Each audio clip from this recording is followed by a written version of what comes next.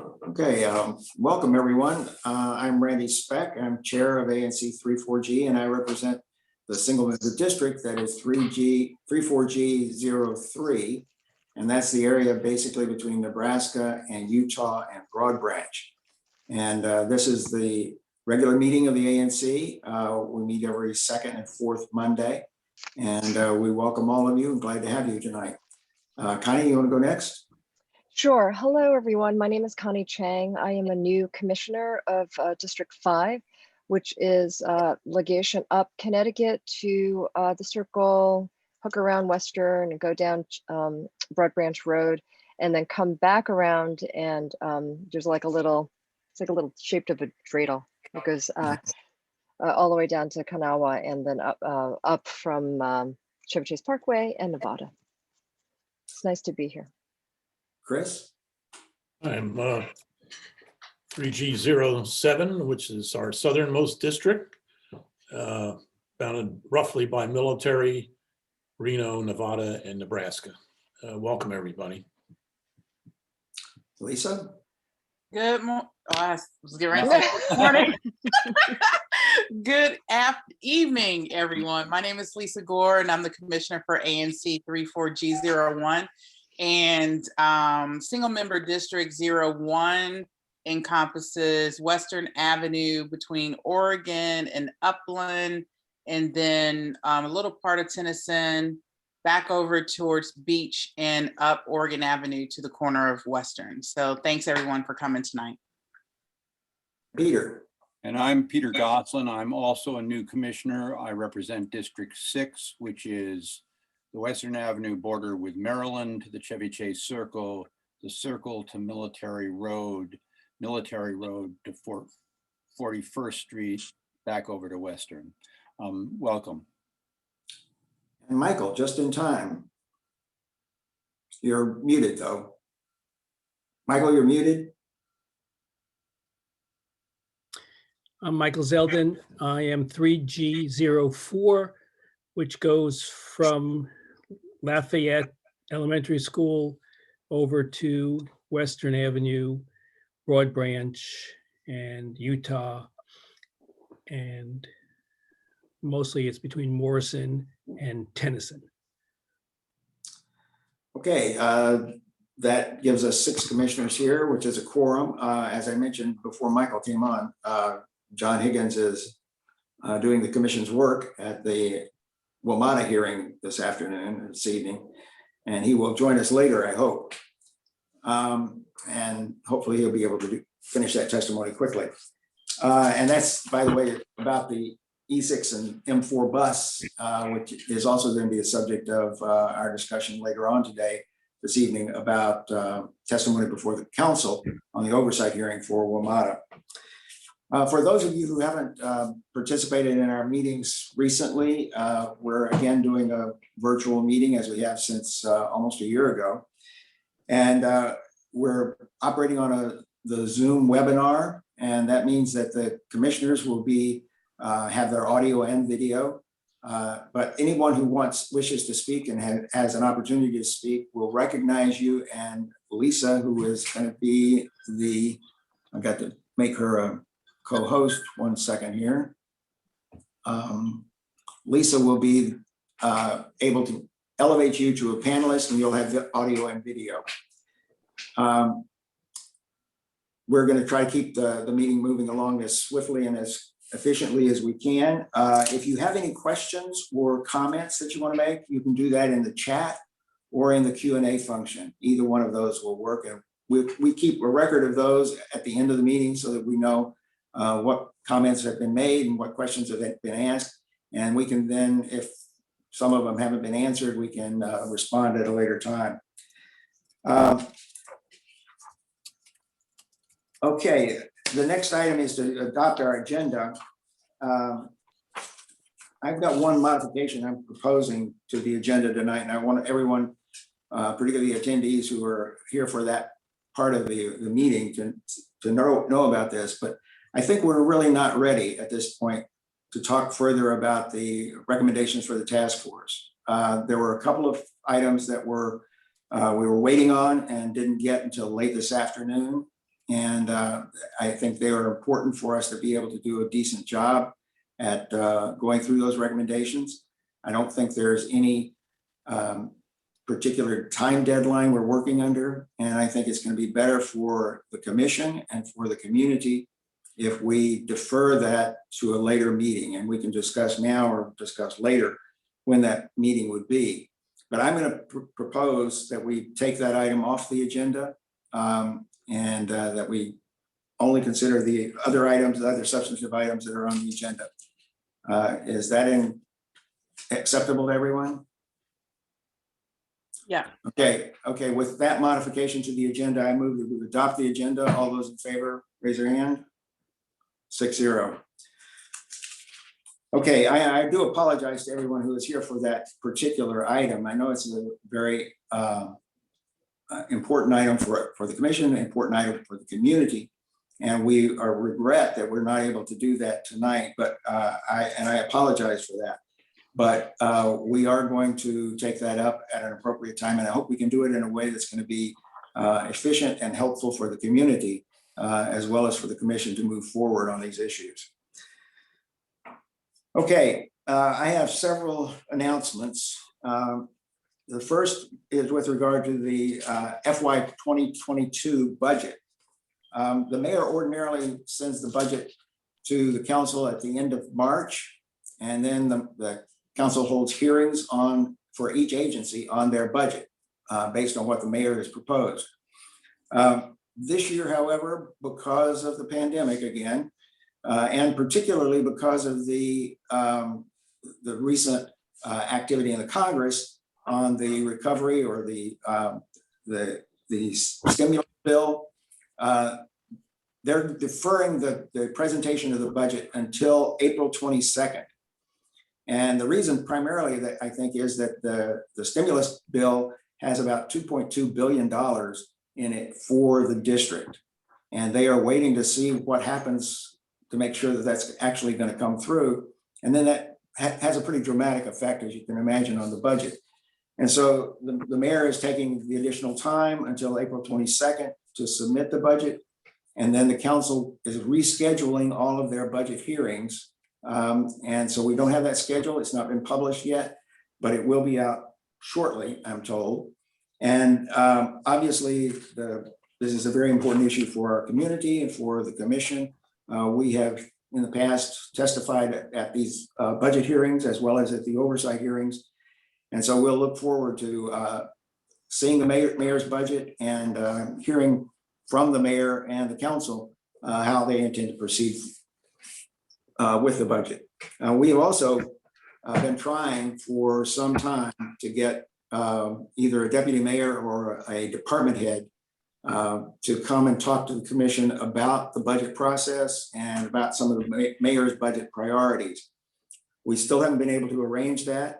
I'm hopeful now that we'll get it at our March 22nd meeting, or if not then at our April 12th meeting. That I think is important for us to hear before we see the final budget and before the council begins its hearings. The second announcement I have is with regard to parking enforcement. DPW announced today that it would begin parking enforcement in the district school zones. And they will only start issuing warning tickets on March 15th, but then beginning on March 22nd, there will be a $25 fine for violations of no parking restrictions around school zones. They say DPW will continue to enforce parking of non-commercial vehicles who are parked in commercial loading zones. So that's something to be aware of.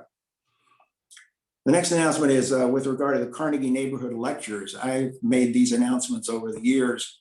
I think Carnegie is one of the real assets in our neighborhood that not enough people know about and not enough people take advantage of. But every spring and every fall, they have a series of neighborhood lectures. And this year, the lecture is going to be virtual, obviously. But the first of those is scheduled for March 18th at 6:30. And the topic will be "Come Not Between the Dragon and His Wrath, a Tale of Small Stars and Their Planets." And Alicia Weinberger is going to be giving that talk. And I've heard Alicia speak a number of times before. She's a resident scientist at Carnegie, and she's really outstanding. And I think this will be a terrific program.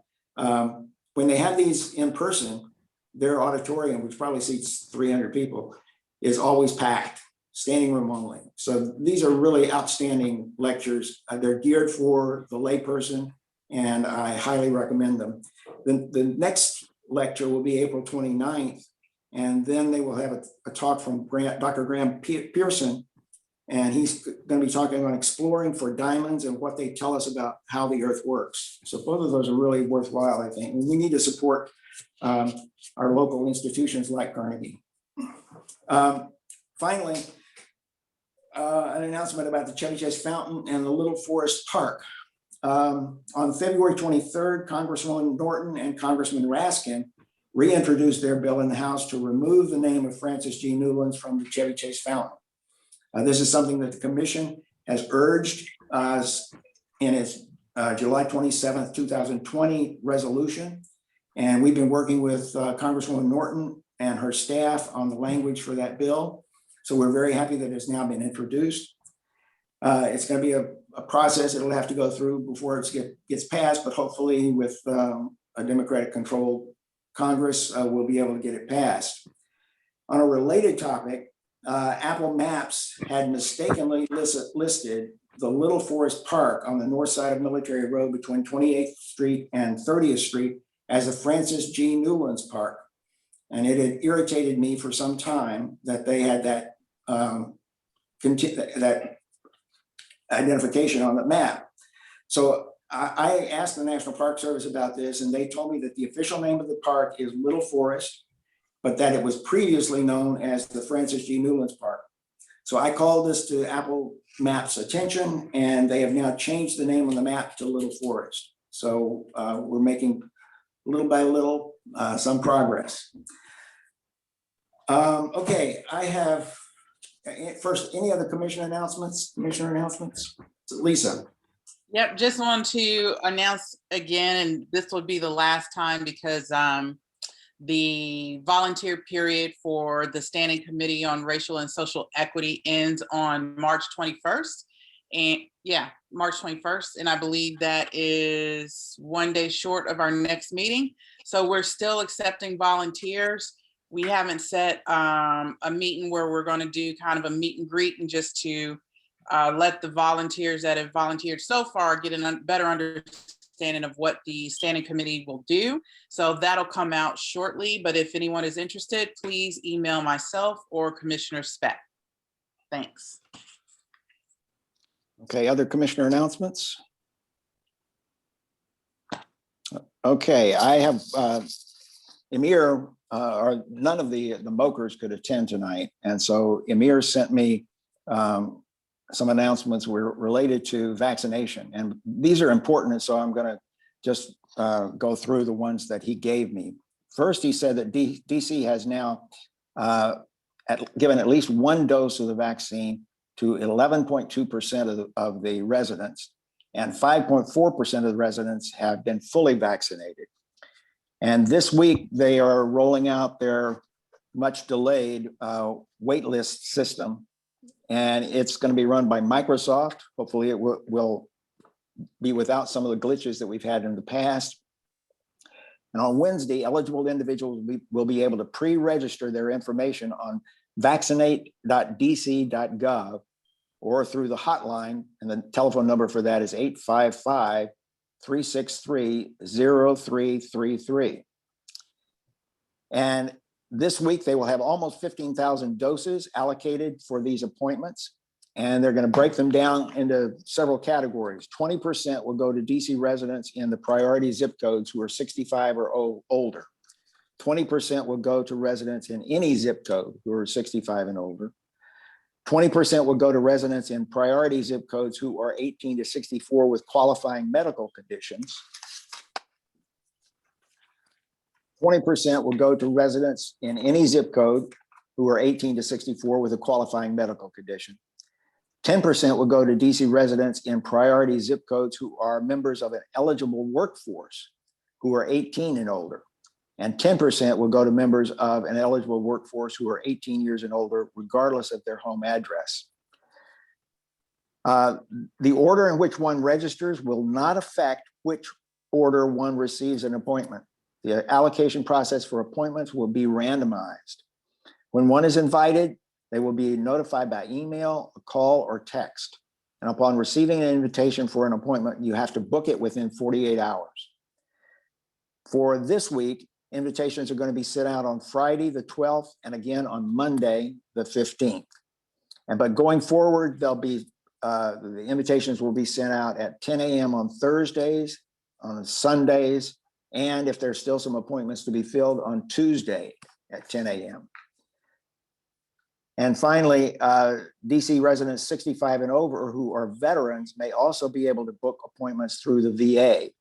And they may call 202-245-4342 if they want to book through the VA. Okay, let's see. Is there anyone in the chat who wants to make an announcement? Yes, Randy, I will Okay. promote Stephen Dudak and Valka Valentine. Okay. Stephen and Valka, if you could raise your hands, that will help me find you. Thank you.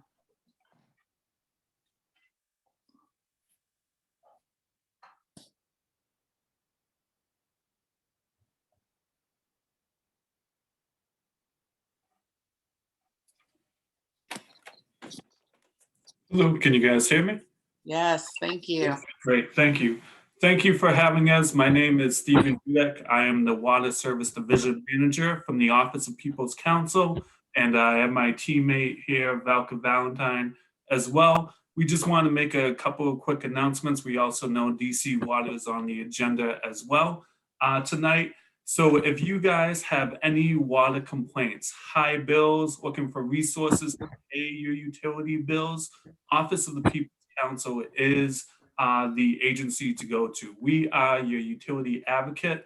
My colleague, Stephen, also put our information in the chat box as well. Stephen also covers electric, gas, and telecommunications. So anything in regards to utilities, you can contact the Office of People's Counsel and seek our assistance with your utilities or to dispute a claim with the utilities.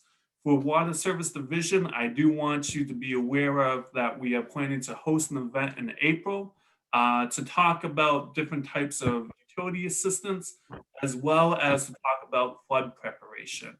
Back in September 10th, we had a rain event that affected the city immensely, and we want to use that event as a catalyst to prepare our constituents and consumers for future flooding events, because we know how crazy the weather has been and will continue to be. And then the other thing, just to announce, if you're interested, we do have a listserv, both for the agency as well as for the Water Service Division. So if you're interested in receiving updates from us on any changes to the regulations, events, or anything water related, please just put your email in the chat box and we'll jot you down. That's all that I have, and Stephen is here as well. So I'll definitely pass the baton on to Valka or Stephen if they would like to add anything. So Valka's good. Stephen, would you like to add anything? No, I'll just say I'm here at pretty much every ANC meeting in 3 and 4. So if anyone has any issues, please reach out and I'd be happy to assist. I put my contact information in the chat box. And I'll do as well. Great. Thank you, guys. Great. Thank you. That's great. Appreciate it. Thank you. I'll put in a plug for People's Counsel too. They really do a great job on all kinds of utility issues. And with DC Water, they can't advocate on behalf of ratepayers with regard to rates, because those are set independently by DC Water. But they can advocate, and they do very effectively, for gas and electric rates. And they're very involved in those proceedings before the Public Service Commission. So OPC does a very good job.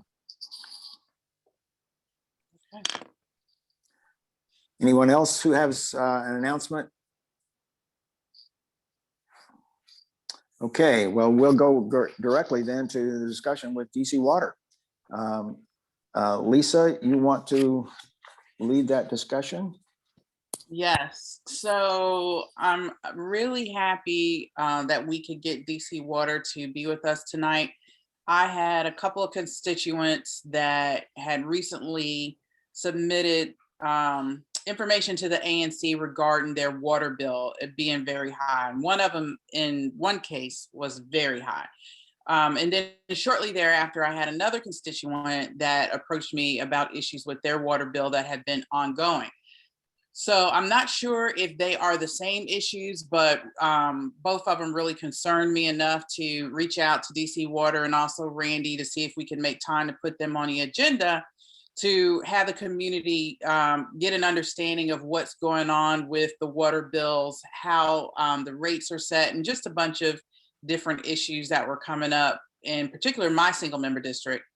And also to see if the Oregon Avenue reconstruction project had any impact on the water bills in our district. So with that, Apera, and I do not want to butcher your last name, Nwora, you can correct me, agreed to speak with us tonight. And I believe there might be some other folks on for DC Water. So if you are an attendee and you're with DC Water, please raise your hand and I'll promote you to panelist. But we sent Apera a couple of, probably actually more than a couple, about 10 to 12 questions. And she's going to give us an overview of DC Water and hopefully address as many questions as we can. There might be some attendees in the audience from the various neighborhoods. So we will have questions from commissioners and from our community members as well, right after the presentation. So with that, Apera, you're on as a panelist. If you want to take yourself off of mute. And anyone else from DC Water, please raise your hand. I see Carolyn, I'm promoting you now as well. Good evening, everyone. Can you hear me? Yes. Excellent. Thank you, Commissioner Gore. My name is Apera, and I am actually the newest member of DC Water under our government affairs team. So I am delighted to be here with you all this evening. I am joined by my illustrious colleagues. I do believe we have customer service and our community outreach team on the line.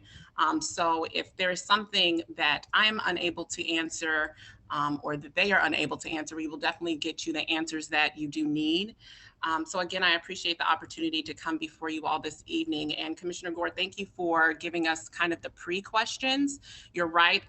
There are, I think the high bill is kind of what got us to the table this evening, but there were some other questions in there. So I do want to just talk about high bills and the process for that. So the two actual incidences that you're actually referring to, they were addressed. Doing some inventory, we did not recognize that there was any sort of trend in your area for high bills per se.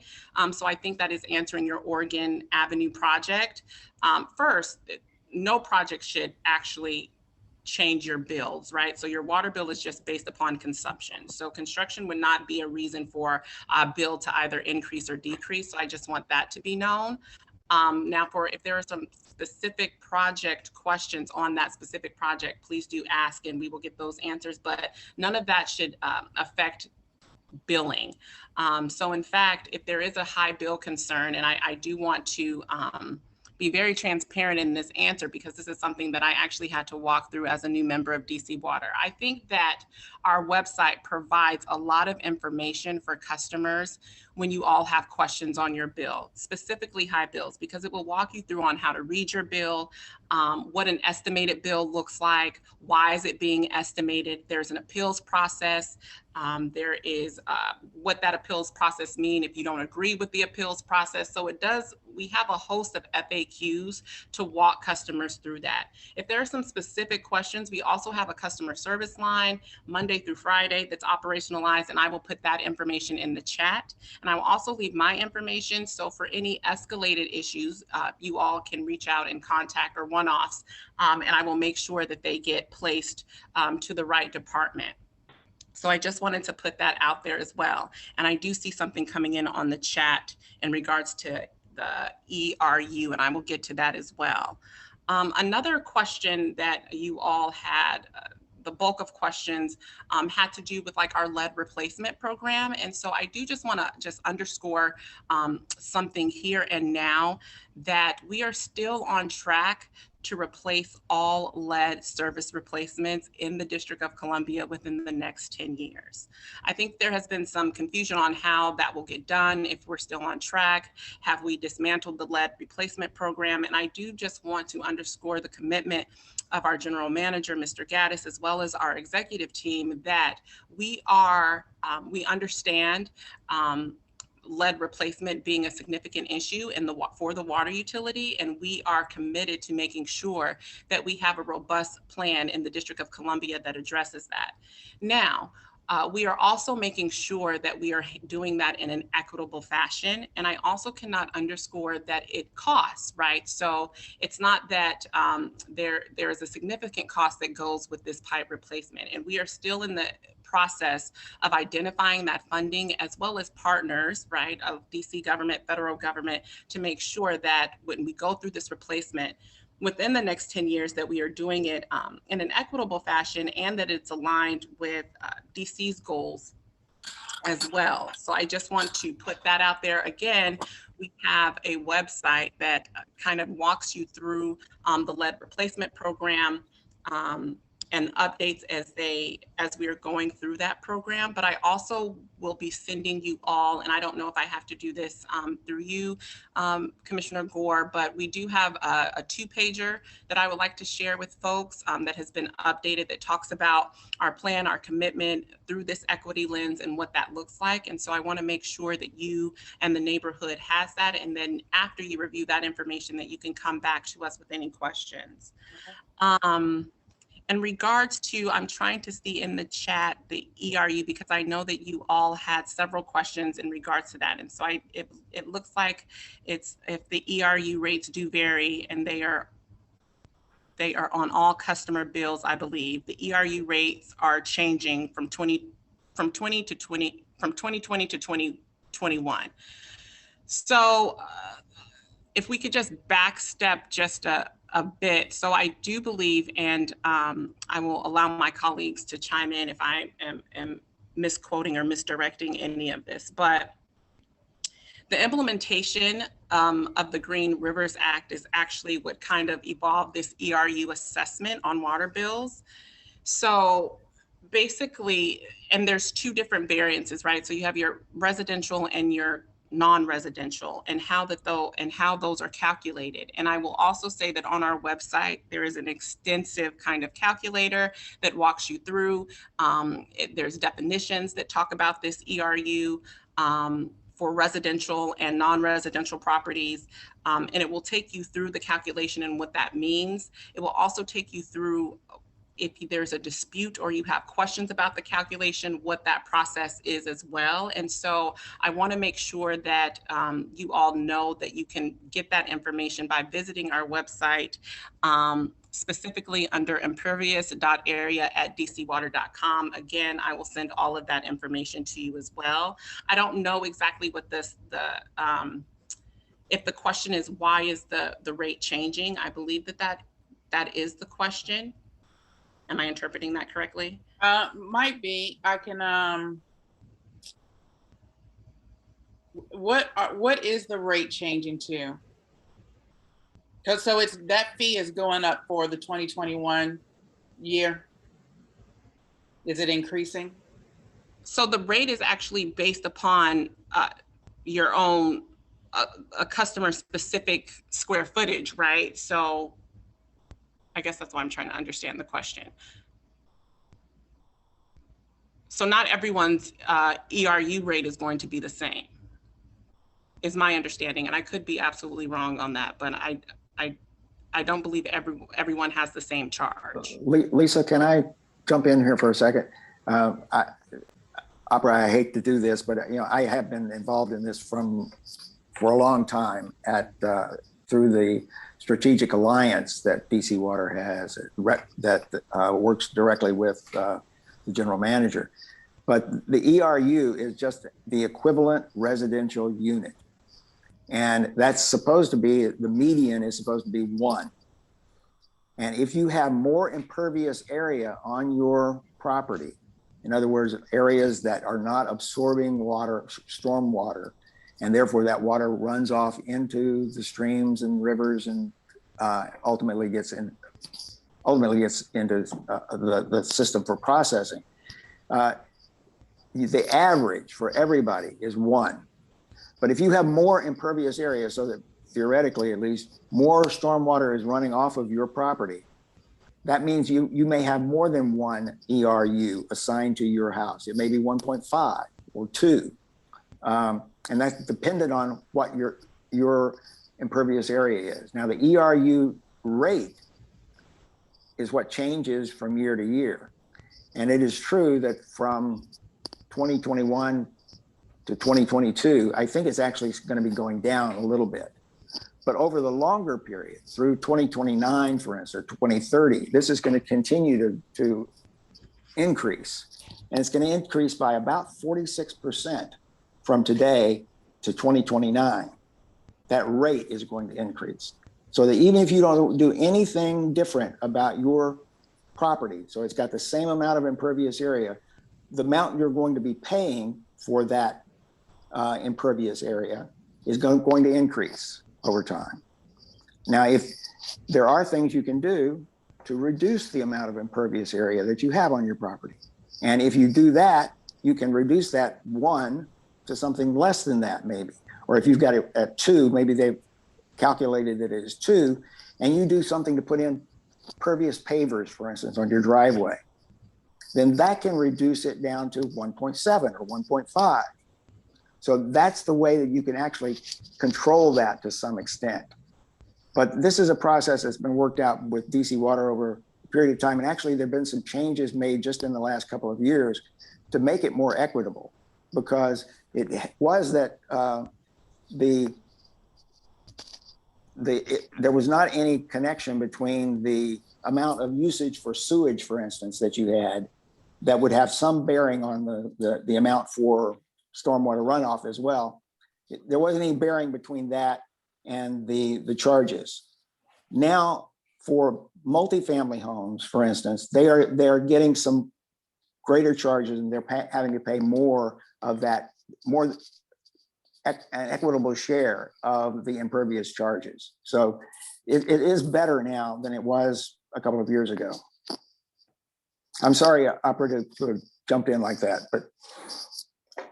No, I appreciate it, Commissioner Speck. So, and you've been working closely with this, a lot closer than I have over my 3 months with DC Water. So I would encourage folks to actually visit the website, because as I do understand it, as Commissioner Speck did mention, there are ways to mediate that cost. I do see it in the chat. It's asking, then why is the bill going up? Which, again, I would say your overall bill, or why is it that your actual ERU charge is going up? I guess I would need more clarification on that question. We're going to definitely let the community speak, so there'll be an opportunity that they'll be able to weigh in on that question a little bit more. Perfect. Okay. But let me ask you a question. Is how does the DC Water determine the impervious area per household? How is that determination made, and does that change over time? So there is a calculation method that actually it's tiered. So if we go, Opera, do you want me to take that one for you? This is Carolyn. I'm Miss Carolyn. Yes. No problem. So what I will share with you is we do start, and DC Water did a flyover and that's several years back, which showed the impervious area. So it's an aerial photography that kind of can go through trees, it can look at the different surfaces, and then we assess that. We measure the square. I'm sorry to interrupt you. When exactly did that flyover occur? So it was in 2016. Okay. So we are in the process of looking at getting that updated. So we are looking at doing that. But I will share with you, as people make changes to their properties or they're communicating about changes, we will adjust people's bills to reflect, it looks like something different than they expected. So again, we measure the square footage. Once we know what that square footage, there's a range. And as Apera had mentioned, that is on our website. It shows if your impervious area is between this and this amount of square feet, which is on your bill. So you can see that information on your bill. This is the amount you'll be charged for. So it's a tiered rate depending on where you're at. In addition to that, there is, as she mentioned, a calculator that allows you to plug in information. Like if I change this about my location, what does that change my bill? So there is the ability to calculate that information on the fly, as well as to see what is the actual impervious area that we're charging for. So it will be like driveways in your house and anything like that. So you can actually look at where we are saying is your impervious area and determine if you have any questions. So again, simple question is, if you think something's wrong, you can communicate with that with us. We will relook at the property and make an assessment or an adjustment if necessary.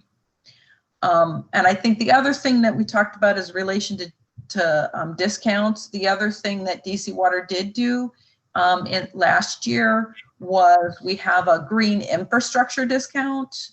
So when they're using things to help with that savings, and that was historically a 4% discount, and it just recently went up to 20%. So I would encourage anyone who has green infrastructure or is looking at some of those components to make sure to take advantage of that program. Let me ask you this. She said that the tier rate depends on where you're at. Can you clarify that? Do you mean where you're at in the city, by ward, street? What does that mean?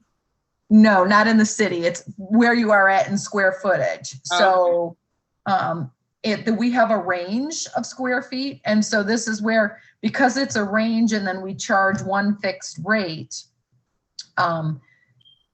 you might have, and I'll use this example, I might have 900 square feet of impervious area, but because it's in the range of 700 to 1,000, I'm charged for 0.6 ERUs. So again, that's spelled out in our tiers, but each one has a range. And sometimes we look at some people and they're at the very bottom of the range. So just a little bit of improvement drops their actual ERUs. And sometimes they could be in the middle of the range. And therefore, even if they reduced it, they still remain within the range. So that rate would still be their rate.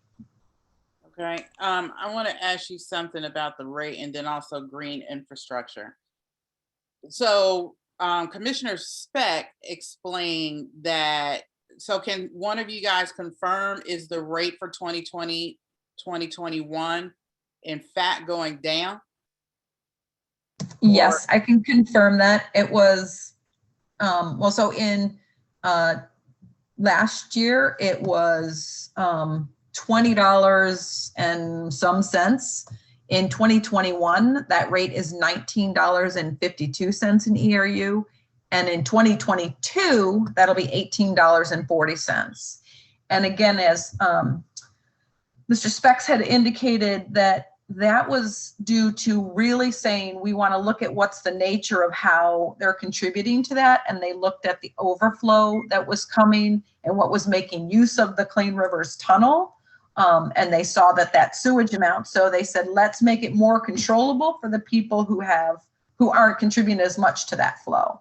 So it's moved from the impervious area over to the sewer charges. Now, what's happening to the rates beyond 2022?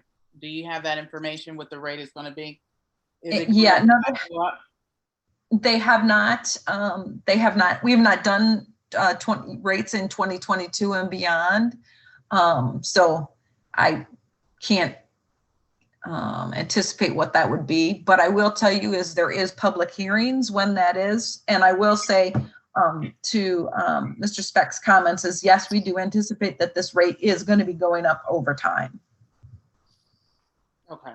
In fact, there is a 10-year projection of the rates, and that shows, as I said, it's going to go up 46% by 2029. And how is the non-residential trying to think of a way to say that, contribution to the fee borne out? Do residents have the burden, or does businesses have an equal burden? And then also with I guess public space, maybe government properties, what burden do they pay in terms of these fees? Sure, no problem with that. So everyone pays the same rate. The only difference is, as I mentioned, the residentials have a tiered rate. Commercials, governments, multifamily units, everybody else pays based on their actual square footage. So when we look at how many square feet they are, we convert that into ERUs, and they pay that rate times that square footage. And the federal government and the district government do pay their charges for impervious area. But 40% of the impervious area in the district is streets and roads and alleys and sidewalks, and they are exempt. Is that correct?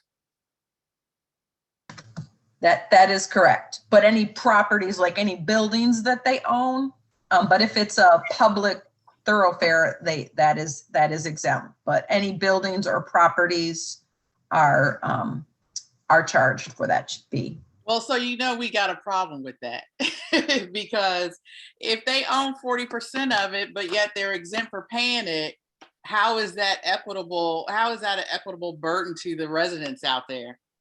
And why is that the case? And I don't know if you have answers to that, but I mean, obviously we'd be remiss if we did not ask you that. That seems like an extremely unfair burden.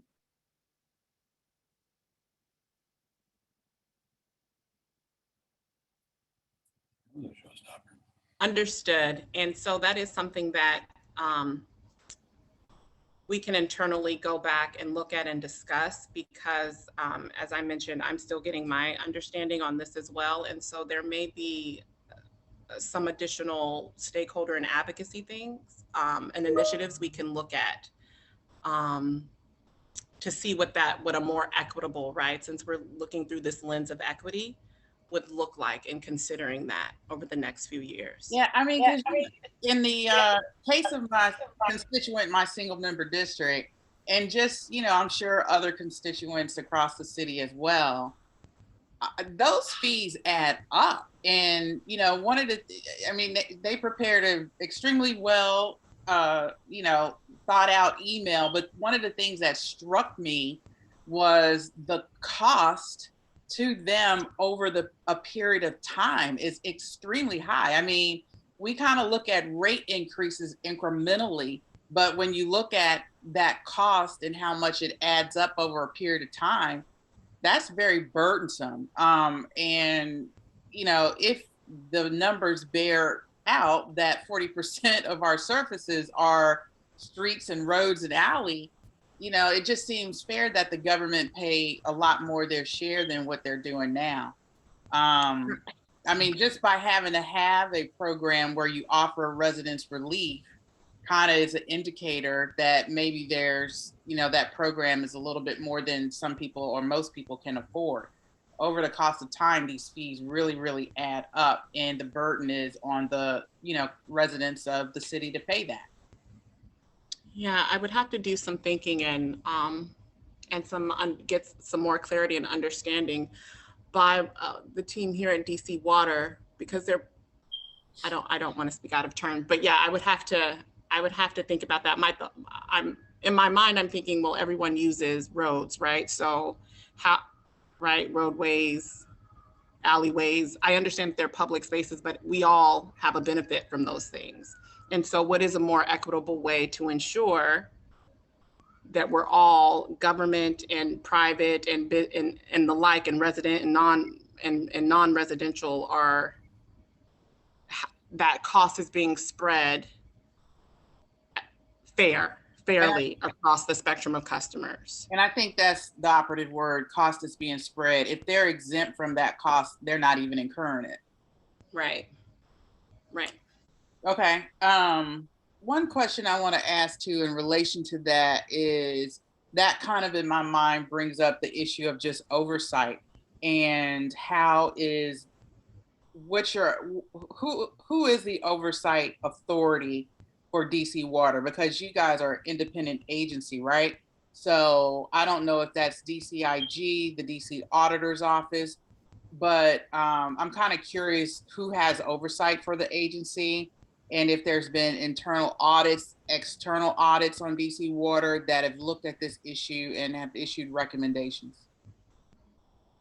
So I will say that we, as far as a regulatory body, and I think that either Commissioner Speck or even Mr. Dudak spoke to this in the beginning, is that if you want to think about regulatory oversight and make a comparison, we have an independent board.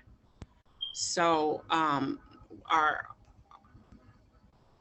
our oversight is through those people who are nominated, not elected by DC Water. You see the smile on my face. Gotcha. And my question to that, or response to that is, when you have an independent board, it can be very different in terms of the oversight picture as opposed to a separate governmental agency that has at its core mission oversight and responsiveness to the citizenry.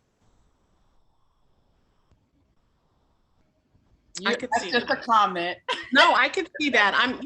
Listen, I come from the utility space. So I was previously at Washington Gas. Before that, I was at Pepco. So I'm used to regulatory bodies. And I will admit, I'll be very transparent that this is the first time I'm a part of a utility that their regulatory body is the board. Right. But I will say that board, since the 3 months that I have been here, it's a very transparent process. There is a board meeting, I feel like, every day. It's probably not that frequently, but between the board, the subcommittees, how the board recommendations are going, the nominations for that, there is a robust group of people in forethought that is at the top of making sure that the authority is doing things in a fair, transparent, and open process. And that unlike other utilities, I think that, our fiduciary responsibility is to our customers, right? And not our actual board. So that is actually something that I am enjoying and working in this utility space, because so often in that kind of that shareholder and regulatory environment, there are other considerations that go before the customer. And I think here at DC Water, because of how we are set up, the customer is always first, because at the end of the day, that's who has to pay. Okay. And one last question, I'll turn it over to my other commissioners. So you mentioned, or I believe it was Carolyn, the green infrastructure, and I think we got a question in the chat on this. And I'm kind of thinking about the River Smart program, where you can, hopefully I got the right program, where you can have your landscaping kind of done through that program to help with runoff. How do you guys coordinate? So is it the onus on the customer once they engage in some type of green infrastructure to come back to DC Water? And I know not everyone uses that River Smart program, but say in the case they do, I'm just trying to think of how we can make it easy for the customer. If someone contracts with the River Smart program to come out and do their landscaping so that it's more conducive to the environment, is that something that you guys get automatically notified, or are you waiting for the customer to come to you and say that we've done this? That's question. Oh, go ahead. No, I was saying that's a great question. As far as I understand, and then Carolyn, you can correct me if I'm wrong, it is something that has to be reported by the actual customer. Actually, if you go to DOEE and apply for the River Smart program, they automatically tell us. Okay. So you are automatically given those discounts when you coordinate through DOEE, and they're a wonderful agency to partner with. and have been very supportive in helping the customers figure it out. And they actually calculate all the values and tell us, here's what we've worked out through RiverSmart. Here is your green credit. Okay. Thank you. Peter? I would like to go back to the lead pipe replacement program for a minute. Do I understand it correctly that if a homeowner is willing to replace the line that goes from your service line into their house, you will replace the feeding, your service line under the street? Is that correct? I'm trying to follow your, so there's private and public, right? Yeah. So you have a line. You have the line going right down the middle of Military Road on which I live.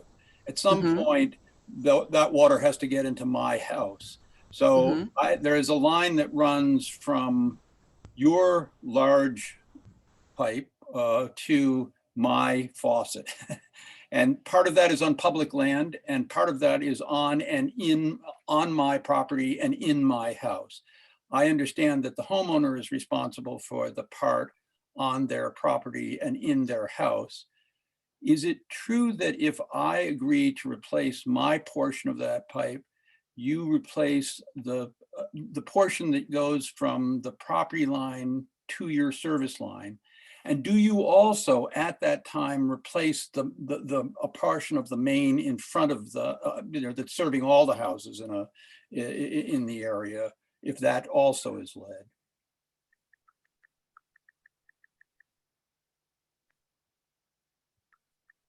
Do you know the answer, Randy?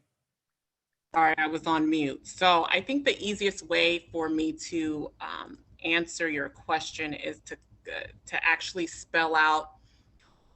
There's three different portions of the lead replacement program. Are you familiar with those, or would that be helpful if I go? Well, you may have three. I may have the wrong three. I described three, but you go ahead. You describe.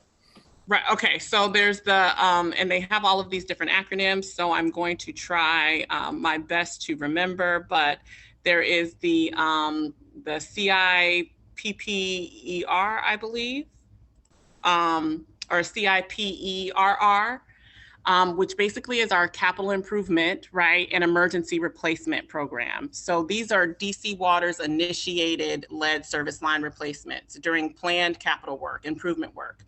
So whether it's a main replacement, emergency work, leak repairs, et cetera. And the district actually pays for 100% of this on the private side of the cost. Then there's I think it's again, my acronyms are, but it's either LPRP or it's lead pipe replacement assistance program, right? And that's the customer initiated replacements where only your private side is being replaced. And so the district pays anywhere between, I believe it's half and maybe the full amount of this private side replacement cost. And then there's the voluntary full replacement. And again, that's customer initiated, where there's both a public side and the private side are lead. And you, the homeowner, would pay for 100% of that private side replacement and costs. And so what we're working through when as I alluded to in the beginning, when I was mentioning that while we do have every intention of maintaining the 10-year of lead-free replacement in the District of Columbia, there is an extensive cost when it comes to that replacement. And so our goal is to make sure that, one, we are tapping into all of the funding that is available, but also working with our partners and creating some I don't know if it has to be initiatives or language that will help us help you, customers, when you are bearing the brunt of that replacement. Okay. Now, I'm sure you have capital programs that replace lines separate and distinct of anything that customers do. But let's just, Randy, am I right about what the program that where the public and the private do? If one is willing, if the private is, if I am willing to replace the line on my property, the city will also agree. I'm trying to drive at a suggestion here, but I want to be sure. Yeah. Well, the problem has been that back in the late 2000s, 2008, 2009, something like that, DC Water did undertake to replace some of their public lines that were lead, but did not replace the residences' lead lines. That exacerbated the problem because it released additional lead by messing with that connection. And so that there was a statute then passed by the district that prohibited them from doing that and said, if you're going to replace that lead line, you have to replace all of it. You can't just replace part of it. And so that started these programs that would have some contribution from the private side and some contribution from DC Water or from the district. I think a lot of it was paid for actually by the district, not by DC Water. And the problem with all of that is all of it is just Band-Aids. What we need to do is say, we've reached the point where we need to eliminate all lead, whether it's public, private, no matter where it is, no matter who caused it originally, it needs to get out of there because it's a hazard to everyone. And so that's what I've been proposing, what several other people have been proposing for a number of years, is that we tackle this as a systemic problem that needs to be addressed across the board, not with a bunch of complicated projects that where some people pay part of it and some people don't pay part of it. Let's just do it all. And that's what I'm looking for. Okay. Let me make a suggestion, and it may fit with what you've been proposing, Randy, and it may or may not square with what DC Water and the district does now. And that's the following. It seems to me that because it would be cheaper for the city to do swaths of this at the same time, and because moving this stuff causes danger, so you want to do as much as you can do in one move rather than lots of little moves, that DC Water and the city ought to consider the following: that if a group of neighbors get together and agree that they will replace, and in this district, in this ANC, probably most of them will be affluent enough to not qualify for some subsidy, and they'll have to pay up what it costs to replace the line on the private property side. That the DC Water or the district give some sort of provide contractors who are somewhat subsidized, so that the more people you can get together to do this, there's an incentive for you to build a sort of community group that'll do it all at once. And and then DC Water at the same time replaces their side of the line into the private property and the line out in front of the house. That way you've in effect built a coalition to do huge swaths of streets or sections all at once. And everybody's going to be prepared for that. And also it would be nice if there was a little, you could get a little bit of a cost cut on what you have to do on the private side, maybe by the DC Water subsidizing the contract. Well, even better, Peter, is the whole thing ought to be tackled as a capital improvement project by DC Water to do the whole thing, every bit of it, public, private, everything. And they've tackled big capital projects before. This Clean Rivers project is a $2.7 billion project, and that we're paying for through bills. We can do something like this. It would be relative. I've never been able to get out a cost of exactly what the cost would be, but we need to come up with a plan for how we do it efficiently, and we need to come up with the cost, and then we need to find a funding mechanism for doing that. And this is such an important issue, I think, that it needs to be done in a very systematic and thorough, absolutely thorough way. So it's not optional for every household. They got to opt in. Everybody gets their lead pipe out. Everybody. How has this proposal been received by either the city or by DC Water? I mean, it sounds perfectly sensible to me. No one has accepted it yet. But this is something, again, that I think we need to push. We, as an ANC, and this strategic alliance group that I've been involved in for 2 or 3 years now, has been pushing it as well. And there are a number of environmental justice, for instance, is one that there are several organizations that are really pushing this too. And it's time we treat this more as a public health hazard that it is. And in 2005, 2002, 2005, this was as bad as Flint, Michigan. DC was as bad as Flint, Michigan. And it was because of a lot of bad decisions that have been made in the past. My view is, let's forget about what happened in the past. Let's fix it now. Let's make it right. And the only way to do that, because lead is so dangerous, the only way to do that is to replace everything. And anywhere we find lead, we take it out.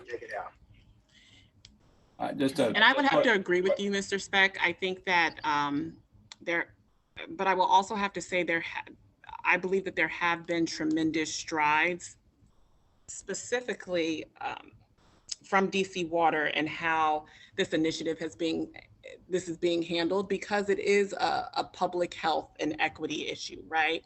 And I think that it is easy for us to say, myself included, because I'm a DC resident, that there should be some sort of capital improvement project that says, hey, DC Water, this is what we have to do. But I will also say that there is a tremendous cost to that. And I don't want to lose sight of that. And I know a lot of times when we talk about planning and strategy that people like to omit costs, but when you're talking about something that is in the millions and millions of dollars, and then who pays for that and who should bear the brunt for that, right? So we just less than 10 minutes ago, we're talking about a simple ERU charge with, which for all intents and purposes is important, but when you think about the thousands and millions of people that's affecting that are DC residents, we do have to figure out a way that this is going to be done that is not causing our customers more hardships than we are already bearing witness of. So that's one thing to keep into consideration. And I'm all for what those ideas are and what those initiatives look like, and different sources and pots of money. But I would be remiss if I did not say that there's a tremendous cost to that, and who bears the brunt to that is important. Brandy, then Peter.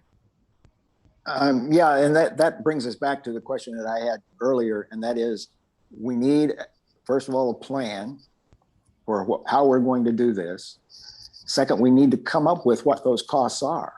And I've been asking for quite some time to try to pin down those costs, and we haven't been able to do that. And then we need to have a mechanism for funding it.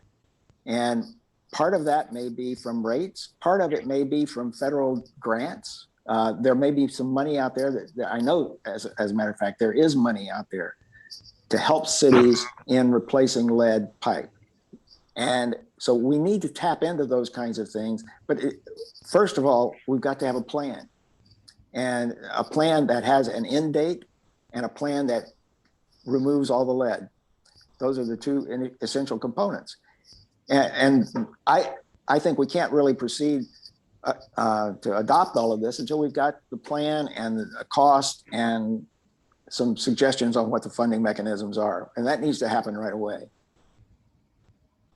Could I just weigh in on that? I mean, I think that's right. And perhaps the first thing we could do when we take this up after this conversation is put together a resolution that says we ask DC Water to prepare a cost estimate for the whole system, and possibilities for funding sources. In the interim, it seems to me my notion of basically incenting people to pull their neighbors, to throw in with their neighbors and agree to replace the lines on their property if DC will replace both the public line into their property and the main out in front. At the same time, you would get bigger swaths done at once, and you would get groups of neighbors, lining up to get this done, particularly if the incentive was strong enough, the financial incentive was strong enough. And just a quick to Apera, just a historical note, the period that Randy talked about that ended in 2004, 2005. In the preceding period, DC Water kept saying the water was fine. And when they finally got around to telling us that it wasn't fine, they said, well, it really is not going to hurt anybody except for children 2 to 6. I moved back to Washington when my children were 2. That announcement was made when my children were 6. So I have less than full confidence in DC Water on this score also. Connie? Yes, I was going to, in fact, bring up the role of transparency and exactly, Peter's point, which is that the lead pipes situation just in, I guess, exactly that time, 2002, 2004, I had my first child, and it was a crisis, and we were told that it was going to be fixed, and then we were told that there was some fudging of numbers. So my question is there a map of which pipes have already been replaced by DC Water, the public pipes, I guess? Which pipes have been replaced by the private side? What remains? Is there a visual of that? And I'd like to know what other cities do to raise money to get this done. We cannot have this. I mean, I used Deer Park for years because I was so worried about the water. Boiling water doesn't help. It just makes the lead worse. It makes it more toxic. And so there was just no way out. And we cannot be the next Flint. And this could be a disaster story, in fact. So I agree with Randy. It has to be fixed. And it just takes will, and it takes transparency, and it takes organizing to get it done. That's a basic right for every human being here, every resident here in DC. I couldn't agree with all of you more. So this has actually been one of the top initiatives I have tackled since joining the team. And so I do want to say that we are in the process of finishing the draft plan for this year. And we look forward to sharing that with the community as well as DC Council. So the plan in itself will be the formation of our external stakeholder advisory group to provide their ongoing support and feedback as DC Water works to achieve the vision. I should also, however, note that the EPA's lead and copper rule was released at the end of last year, which is now requiring utilities to develop a plan for lead service line replacement. So we are currently working and waiting for EPA to publish the rule guidance to ensure that our lead-free DC plan is in line with their new regulations. And so I want to make sure, one, I want you all to leave knowing that the plan is to share the plan with you all in a transparent manner. I do believe our website offers a great list of and a host of valuable information. I like your idea about the mapping, Commissioner Chang, and I do think that that's something, because in our internal conversation, so one, yes, there is a map of that information. I just posted the link on the chat to the map. Thank you. But I think that we can make this an interactive affair as well, right? So making sure that that map is updated almost real time. I think there's a lot of things that we can do in that effort. And just working with you all, because I do like the idea, Mr. Gosselin, and forgive me if I'm mispronouncing your name, of the notion of maybe having certain groups get together or communities, and maybe if they sign on to something and say that, hey, we'll pay X amount up front for our private, and does that open us up to some sort of other incentive or high priority update or infrastructure plan or rebate, that is something that we have to look at. But I think I'm saying all of this to say that the team is looking at all of those options and initiatives, and I look forward to sharing the plan, this new revamped plan, with you all in the next coming weeks. In the meantime, I am going to send, I will send each of you just kind of this high-level 3-pager that we have. I'm considering it the executive summary of the plan, just so you all can familiarize yourself with it, and as questions come your way, you'd be more equipped to answer those. And after, I would definitely appreciate that even after your review of this 3-page kind of executive summary of our new 10-year plan, if you could provide any feedback and your thoughts, that would actually be helpful as well. Okay. If no more commissioner questions, I'm gonna move on to the community. So we have one question in the chat. Opera, I don't know if you and your team can see that. It's from Ronald Kahn. Let me see. It's in the Q&A. Oh, the I Q&A. think. Yeah. Okay. I'm sorry.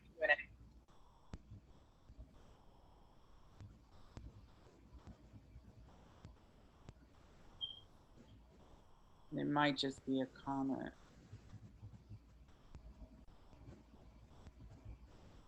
Yeah, that was a. Yeah, it looks like it's just a comment. Yep. Okay. If there anyone on the line from the attendees that would like to ask a question, please raise your hand. Give it a little time.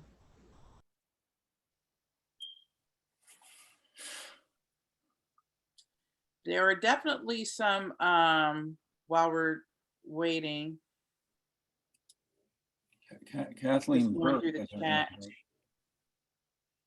Would you say part? Kathleen Burke has her hand up. Okay.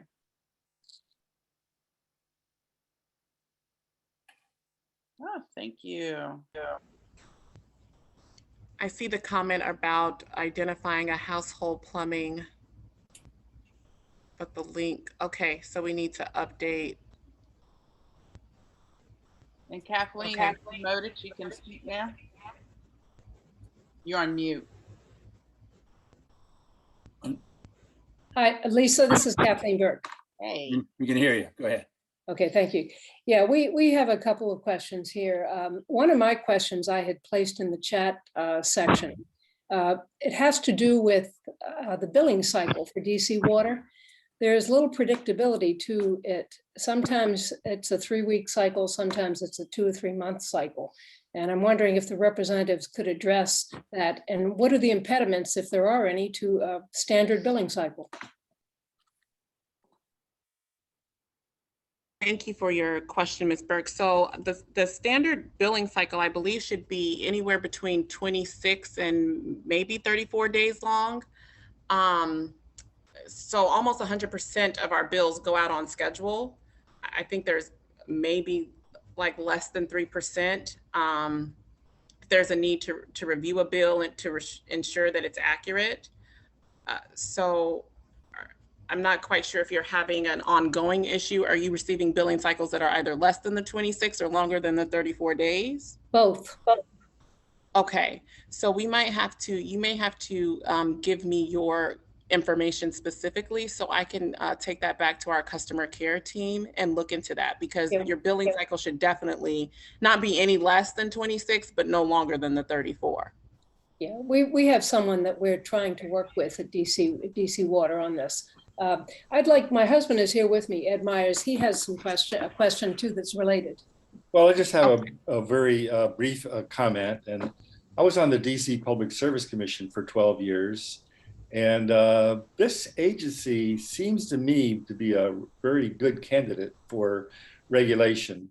I've also been on a number of independent boards and advisory committees, and you can manage those pretty easily if you're a good manager of a utility. you bring them in for a couple days, maybe a day, and followed by a nice some shrimp cocktail, whatever. But the DCPSC will take these issues. You'll get clear delineation of plans. You'll get all the costs laid out there. You'll get the impact on rates. The rates get approved. There have been a lot of rate increases, and perhaps they're very much justified. But as to public scrutiny, I'm not sure there's a whole bunch of it. Maybe you would disagree, but I'd like to hear from you on that. Whether there is public scrutiny, so on our rate making, so rate making plans, all of these issues, clean water, lead pipes, everything there is, but certainly the rates and the surfaces charged, we have a fairly small house, but we pay well over $1,000 just for the impervious surface a year. I mean, you could build a new patio for that, and now it's going up 40%. I mean, sure, that could be justified, but I'd sure like to see all the costs spelled out so that it is justified. No, you're bringing up a great point. And actually, Mr. Burke, I'm also going to send, so there's 2 pieces of information now I have to send, because when it comes to our board and what goes into, and we'll just use one example of rate making since that seems just to be the hot topic. But as you know, given your service to the the Public Service Commission, that there's a host of other things that the utility is responsible for and ensuring, right? And rate making is just one of those things. But in regards to rate making, there is an open process in which we do hear from the community, right? That addresses specifically to the board. We have open town halls before rates go into effect.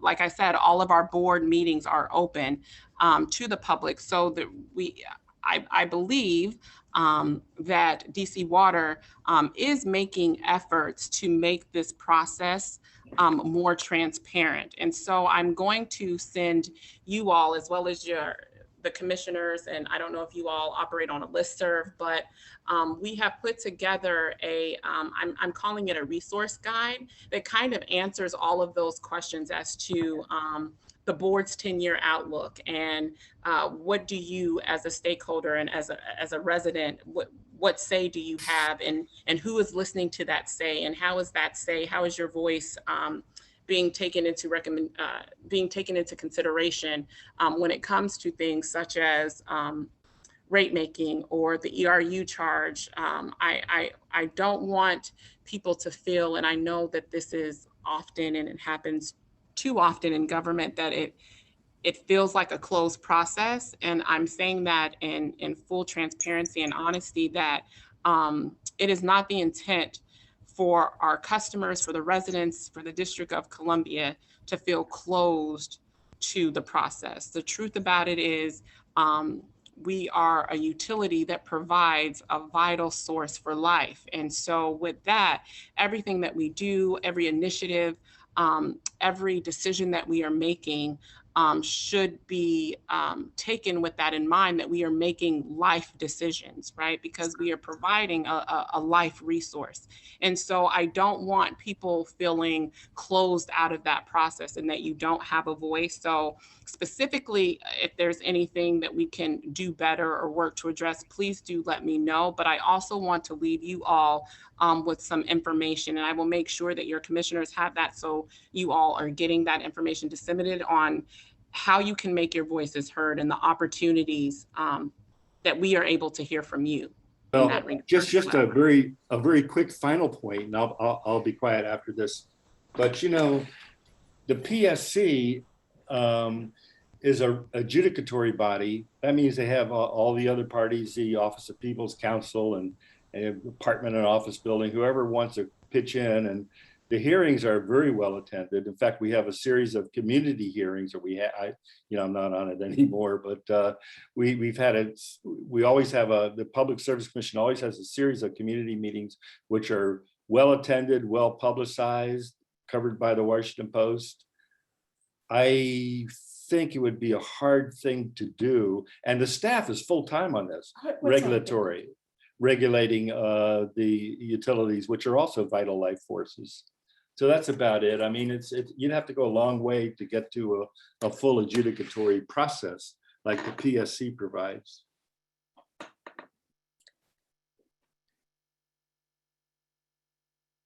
Yeah, and by the way, this is our first interaction. I mean, we've been trying over the years, but the bills that the DC Water has come up with lately have just been pretty outrageous. And so we've had to dig in. I've had to dig in and try to understand it. And I still do not believe that I have a full understanding.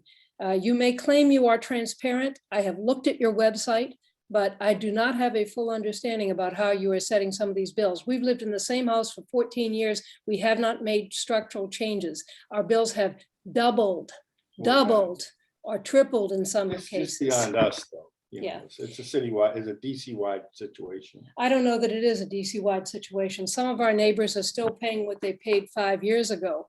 We are not, and we haven't made any changes. So we need a better understanding from DC Water of why that's occurring.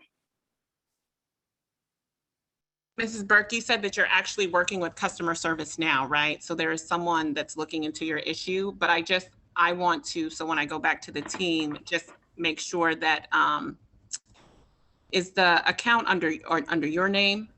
Just so I can. Yes, Okay. and what we've been told about, by the way, I don't think it was mentioned in this, but we've been told that the aerial photos for the ERU rates are going to be redone. And that's, there's no timeline for it that's been provided, however. I think that might be part of the problem. Maybe you can confirm when the aerial rates or aerial photographs are supposed to be redone. Okay. I will, if you don't mind sending me your email, or how about I give you mine and you can send me your contact information? That's fine. I'll put it in the, okay. And Opera, just to let you know, Ed and Kathleen are my next door neighbors, and we're one of the folks that our bill hasn't changed. So you can hear what is happening to them. And when I talk to my husband about our bill, it has not changed very much throughout the years. So there's definitely some issues there with the billing. Well, beyond us, though, just look at the whole situation of a regulation, a need for regulation, and do we need an adjudicatory process where full-time people develop these multi-billion-dollar, look at these multi-billion-dollar plans and make sure that they're the right ones, and they're thinking about DC's public interest fully, and the rates are proper and all that. It goes beyond our little household, you know. Yeah. Yeah, I mean, I think there's definitely, I agree with Ed and everyone else that brought this up. There's definitely a need for oversight with this. I understand you guys have a board, but I think, you know, independent bodies look at things very differently. Andy, it's a question. Randy? Yeah, just a comment that it's definitely a problem. There's no doubt about that. It was about, OPC can probably give me the date for this, but it was maybe 3 or 4 years ago that the council passed a statute that permitted OPC to look at complaints from residents, but they were specifically not allowed to look at rates. And I believe, I'm not absolutely certain of this, but I believe there may be a federal statute that prohibits that. And the reason for that is that DC Water, while it primarily serves the district, it also has some service for the suburbs, some of the suburbs as well.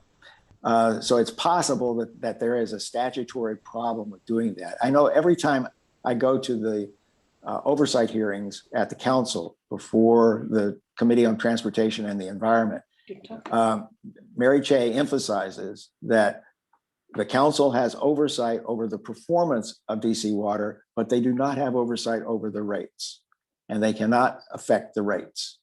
And so they are really truly independent, and the only one overlooking them is the board. Now, the chairman of the board is Tommy Wells, the director of DOEE.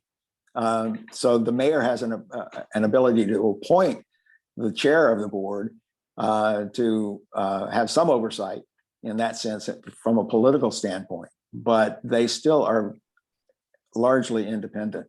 But that's why it's so important for us to use the opportunity at the council in the oversight hearings to call to the attention of the council and to DC Water problems that are occurring, because there's not an effective way to do it otherwise. And so really the council is that, it's not a lot of authority, but the council's ability to oversee DC Water and their performance is important.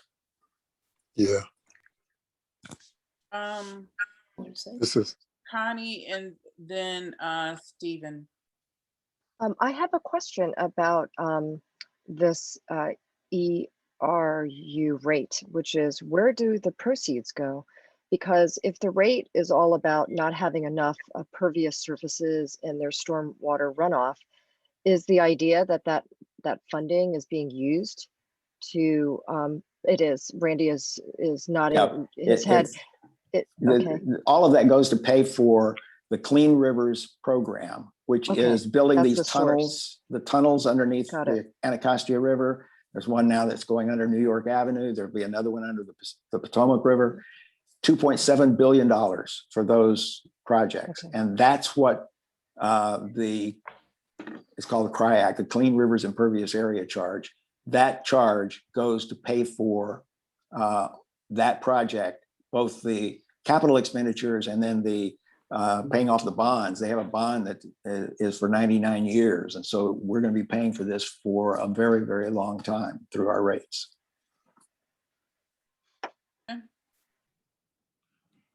So I just wanted to add again that OPC can assist with water service complaints. And so we are your advocates. So we do attend hearings. We can definitely notify you guys on those hearings as well to ensure that you guys do have a voice with DC Water. So again, my contact information is in the email. We'd be more than happy to work with you. And again, we're still a new division within OPC. DC Council enacted this legislation back in April of 2019. So we just had our first full fiscal year of working with and advocating on the behalf of consumers. So again, please feel free to reach out. Please email me if you want to join our listserv so we can keep you up to date on any water-related actions. For example, I know that the legislation is actually going to change to contest the bill, which it's at congressional review. So instead of having 30 days, you'll actually have 20 days. And that's important. So please definitely feel free to reach out. And Ms. Speck, if you guys have any questions, my email is in the chat as well. So feel free to reach out to me. Too. So I just wanted to reiterate that as well. Great, thank you. Thank you.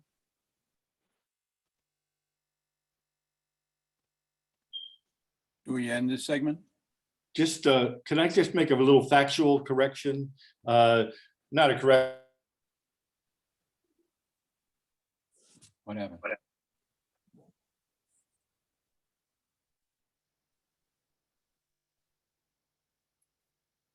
Who was talking? Ed, I think was. Yeah, it was Ed through Kathleen I'll through find that him phone. back. Did you knock him off? Yes, accidentally. This is what you do to your neighbors? Hello. Hello, can you hear us? Yes. Okay, just 10 seconds to Randy. The Public Service Commission regulates DC, of course, and all the utilities have Maryland and DC operations. And you mentioned that the water service could be in the suburbs as well. But you know, Maryland regulates the Maryland companies and DC regulates the DC part of it.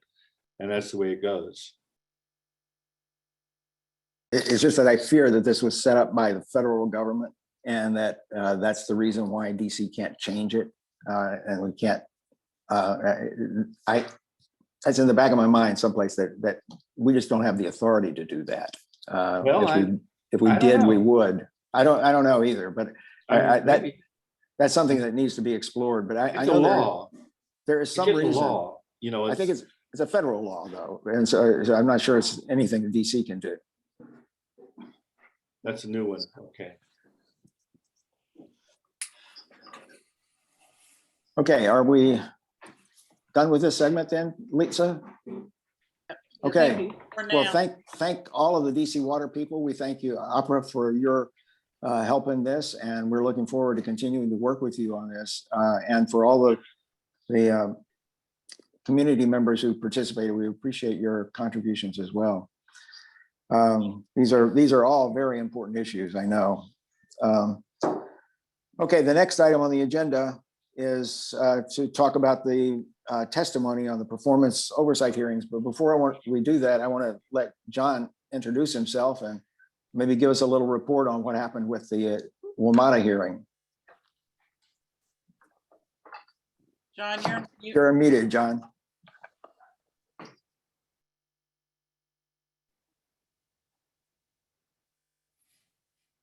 Okay. Yep. Yes, there was no real presentation by WMATA. The entire evening was open for comment. So I kind of reduced our comments for a telephone call-in to get to the essence of the M4 and the E6. So we're on record there, and as soon as we finish tonight, I will put in the blanks for the vote on the testimony, and I will send that to WMATA for its comment period through the portal. It should be comforting to know that we got support from the M4 from several other people, including Council Member Louis George. So she was on there, and there were a couple of I think the Tacoma route was important to her, but she also mentioned the M4. What was universal was that these routes all over the city, whether it's Georgetown or Cleveland Park, whatever, there were a lot of ANC people testifying tonight, complaining about the reduction in rates. And it just underscored the absolute utility and vitality and essential of public transit. There's some good news. I think it was over $1 billion may come to WMATA as part of the COVID recovery bill. So that should pay for a lot of service, I would think. But there was no lack of participation tonight from all over the city. So that was very good. So we got our oar on the water. We were joined by both officials and just private citizens. So WMATA knows what they're thinking. So in general, I was encouraged by that. That's very good, John. It's similar, it sounds, to the hearing that I attended about a year ago when the E6 was again on the chopping block. And it's the biggest round of applause I've ever gotten for any speech I've ever given. Because when I testified to keep the E6, the whole room, it was probably 300 people, erupted. It was really great. But there are a lot of people who are very concerned about all these cutbacks, and we're not alone in that. There are a lot of them that are being cut back. So you want to go ahead and talk about the testimony that you've prepared, which I think was really excellent on for the oversight hearing as well. And it's basically the same testimony for the WMATA hearing as well as for the oversight hearing. Right. There was this brief hearing tonight. And as I said, we got our oar on the water there. And WMATA has another comment period. So we will be basically, and we also have the oversight testimony. So what we have completed is the oversight testimony, and that will be sent off as soon as we vote on it tonight. And then I will modify that for the WMATA official record, and I will send that off.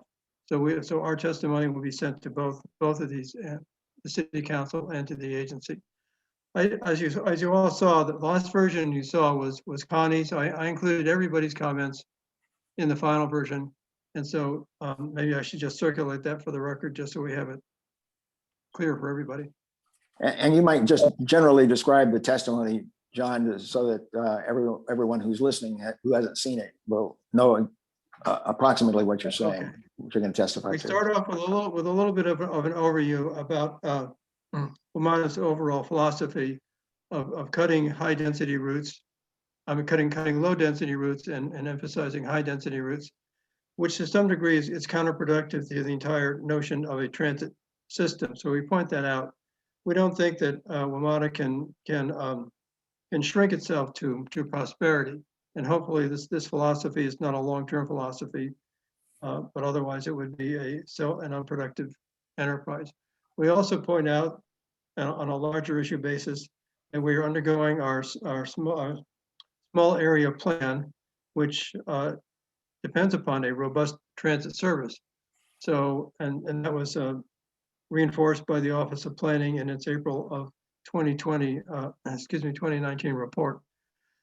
And then we get to the specifics of the M4 and the E6, which is probably familiar ground to most people, but it was kind of interesting to find out that the M4 timetable has 2 runs a week that are designed to help out Alicedale and Wilson. So we point out, how can you have this in your timetable and on the other hand, propose to cut it? And another person in our neighborhood mentioned that when school is in session, sometimes it's a couple of buses before their kids can get on the bus because the buses preceding them are full. Yep. So I think we make our point that there's a high enough traffic to justify those buses. And similar to with the E6 with Lafayette, where some of the parents take their kids to school on the bus, the child gets off and the parent continues on to Friendship Heights.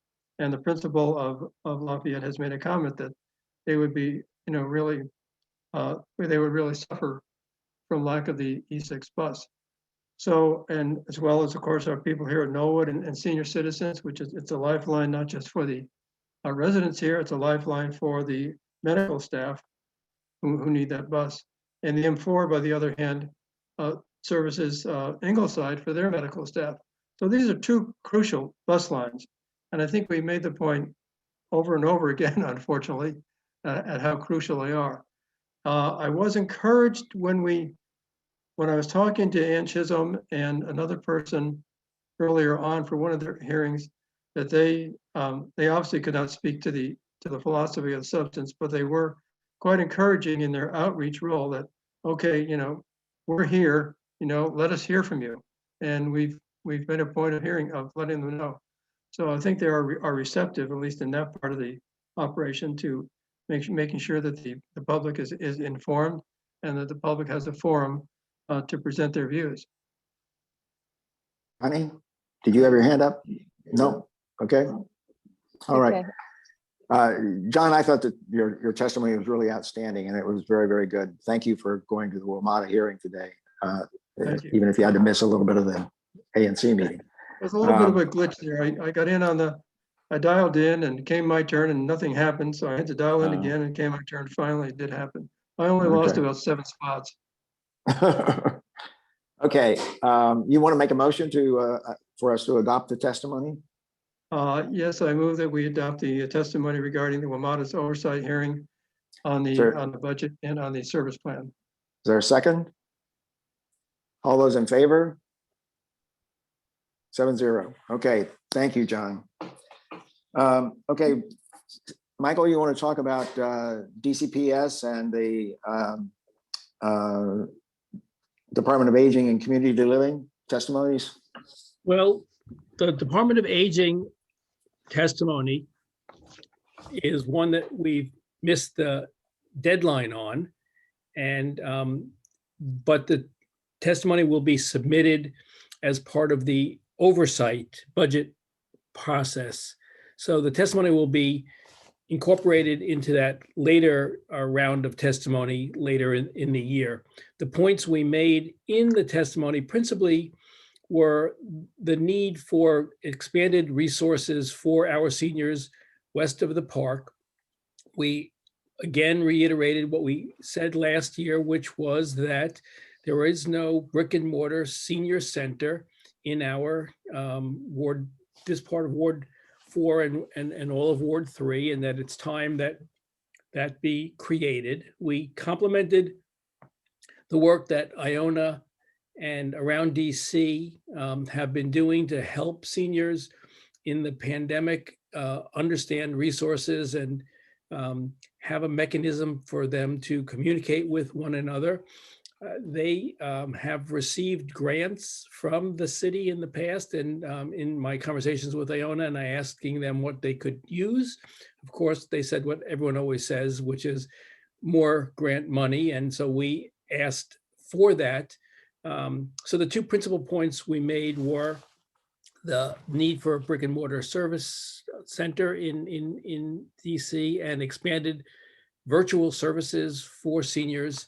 We also mentioned one thing, which I don't know if there is an easy solution to, which is that as an ANC, we don't have a complete list of all the seniors in our ANC. So we don't have any easy way to reach out to them. And we've asked, whether or not there is a possibility of acquiring that. I have asked the Department of Aging previously about that, and they've told me that HIPAA regulations prohibit the provision of that information to us. And I've said, well, let's see if we can figure out a way to work around that so that HIPAA is not violated, yet we have a mechanism that's,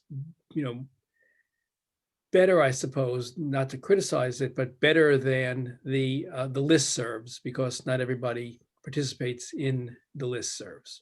So that's pretty much what the DACL testimony was about. Tomorrow is the hearing for DC public schools. Why don't we, first of all, deal with that, and maybe you can make a Okay. motion and then, Okay.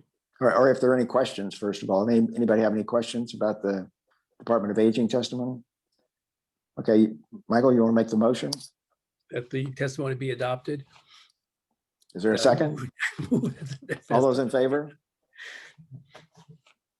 7-0. Okay. We have a question in the chat on the Okay. Department of Aging. Michael, can you look at that and answer it? Are the aging in place? SAB process. Well, the question is the request for a brick and mortar place tied to the small area plan process? I guess inherently it is, because if we're talking about a new structure or reconfiguring another structure, if it falls within the footprint of the small area plan, it would be, I guess, made a part of that. If it was outside of the small area plan parameters, then it may not be taken into account in the small area plan. So I suppose it would depend on where the physical location is. But I think it's safe to say that if it were in the footprint of the small area plan, then yes, the small area plan would take account of that request. But because we're asking for something that's, sort of west of the park, which includes parts of Ward 3, that may not be within the small area plan, and so in that case, it wouldn't apply. Okay, you want to talk about DCPS then? Yes, DCPS testimony is tomorrow, and we're talking principally about the process that was engaged in with respect to the Military Road School opportunity. And our point there is not so much to say whether it was a good decision or a bad decision, but really to speak to the process by which the community was informed, or actually not so well informed, about this opportunity to relocate the pre-K 4 cohort to the Military Road School. And the point of the testimony will be to emphasize with the council that this is not an acceptable process, that the residents of any community have a right to transparency, and they have a right to consultation, and they have a right to input before the fact of a decision, and that to be told after the fact effectively, because They may say that there was some opportunity to be heard, but the fact was that this was essentially a fait accompli until we derailed it. That just is not, that is not an acceptable process. And it dovetails with the second point within the testimony, which is to say that we understand, we're waiting, complete confirmation that DCPS has only funded 2 pre-K 4 classes for this coming year, that was a request made by the principal of Lafayette without full investment in the community as to whether or not that was an appropriate thing to recommend. Now that there's space available for the 4-class cohort, DCPS is saying that we've already cast our lot and that there's going to be only funding for 2. And again, it's not so much the substance of the matter, which is important, and I think others more connected to the school will talk to that. But for us as an ANC and for us as a community to have a process that's more transparent is what's of critical importance to us. And so I think mostly we want to talk about our relationship with DCPS, the relationship between our community and the ANC and DCPS, and that our expectation is for something better. Finally, in the testimony, we again will raise this question of overcrowding at Lafayette and the need for there to be creativity in location of additional space for what is clearly an expanding student body, with particular reference to the Episcopal Children's Center. And we talked to the fact that our communications with the Deputy Mayor for Education have been less than fully satisfactory, that there's a complete lack of interest, it seems to me, in finding creative solutions. They default back to, well, it's not in the budget type of answers. And our emphasis is going to be that in crises, and we are in a crisis around the size of the students that will need to attend school in the coming years, you have to be creative, and that there's a lack of creativity in the DCPS mindset, and that needs to change. So that's the essence of the testimony.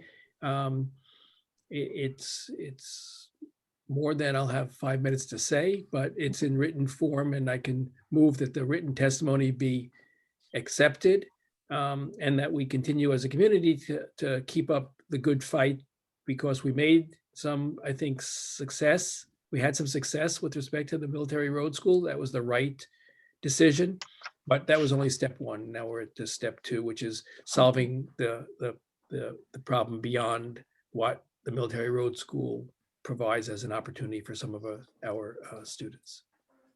So, Great. Okay, any commissioner questions, comments? I think this was, again, both of these testimonies, Michael, are really quite good. We appreciate your work on putting them together. Every now and then, Randy, you get lucky. Okay, you'll move, I assume? Yeah, I thought I did. Move the acceptance adoption of this testimony. All those in favor? 7-0. Okay, thank you. Okay, the last couple of pieces of testimony. The first is with regard to DC Water, and we've already been discussing quite a lot tonight the 2 primary issues that are raised in this testimony. And these is revisiting issues that we've raised with the council in the oversight hearing for DC Water in the past. The first is the Clean Rivers Impervious Area Charge. And as I mentioned when we were talking about it earlier, this is slated to continue to increase, and it's going to become a bigger and bigger burden on people. Now, in the past, there have been programs to address the burden that it places on low-income people and on nonprofits. And there are programs now to give them some relief in that regard, but they're very, very limited. And really the solution is what Lisa mentioned as we were discussing with DC Water is the district ought to be paying its share. And that would reduce these charges by about 40%. And that allows the district then to distribute those costs in a more progressive way, rather than having them fall in an unprogressive way on ratepayers. And this has been a recommendation that at least Councilmember Che has in the past supported, and that there was a study by the, I've forgotten what it's called, the investigative group essentially for the council. They did a report on this, a very fine report a couple of years ago that also recommended this. So I think it's time that the council really got serious about it and said, you know, DC transportation, all of the transportation infrastructure should be paying its share of the cost of impervious surfaces. That will also be, by the way, give the city more of an incentive to try to reduce those impervious surfaces too. So it has a benefit in that regard too. The second issue is the lead line replacement. And I think I said basically what I wanted to say, what we're saying in the testimony. And that is that it is time now to recognize the scientific evidence that there's no safe level of lead. We need to get it out of the system. The only way to do that is to have a plan and to estimate what the costs of that plan are going to be, and then find a funding source.